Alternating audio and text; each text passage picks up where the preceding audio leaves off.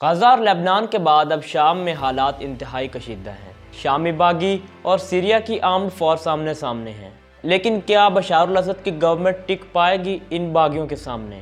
शाम में इस वक्त मोहम्मद अल जिलानी और बशार अल असद आमने सामने हैं।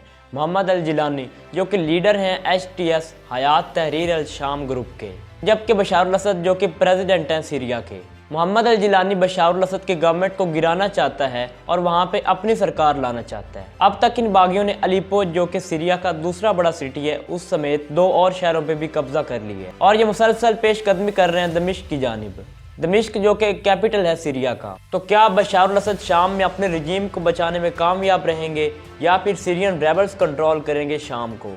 HTS हयात तहरीर अल शाम यानी सीरियन रेबल्स को पीछे से अमेरिका और इजराइल की हिमायत हासिल है। अमेरिका, इजराइल समेत टर्की और कई अरब कंट्रीज भी इन सीरियन रेबल्स को सपोर्ट करते हैं, जबकि ईरान, रशिया समेत कुछ ममालिक वहाँ पे सीरियन गवर्नमेंट को सपोर्ट करते हैं। प्रॉक्सी ग्रुप जैसा कि हिजबुल्लाह, हुती और इराकी फाइटर्स भी यहाँ पे सीरियन गवर्नमेंट को ही सपोर्ट करते हैं, क्योंकि ये ईरान मेड प्रॉक्सीज हैं और ईरान बेसिकली सीरियन गवर्नमेंट यानी बशार अल असद को ही सपोर्ट करता है। तो अब जब ये सीरियन रेबल्स काबिज हैं शाम पे, कई इलाकों पे कब्जा कर चुके हैं और दमिश्क की जानिब अब इनकी पेशकदमी है, तो इस सूरत-ए-हाल में बशार अल असद को ईरान और रशिया ही बचा सकते हैं। जैसा कि 2016 में जनरल कासिम सुलेमानी की मदद से बशार अल असद ये जंग जीते थे। तो अब अगर देखा जाए तो ईरान की वो टॉप लीडरशिप भी खत्म हो चुकी है। जैसा कि कासिम सुलेमानी जो कि 2016 में बशार अल असद के बहुत ज़्यादा काम आए थे, वो असैसिनेटेड कर दिए गए थे अमेरिका की जानिब से। ईरान के कई टॉप कमांडर्स और जनरल्स को असैसिनेट कर दिया गया। रशिया का सारा फोकस यूक्रेन के साथ जंग पे है और रशिया अपने बहुत सारे वेपन्स भी यूक्रेन पे ऑलरेडी यूज कर चुका है। रशिया भी अब उस मूड में नहीं है जैसा कि वो 2016 में था। उस वक्त ईरान और रशिया ने मिल के बशार अल असद गवर्नमेंट को बचाया था इन रेबल्स से।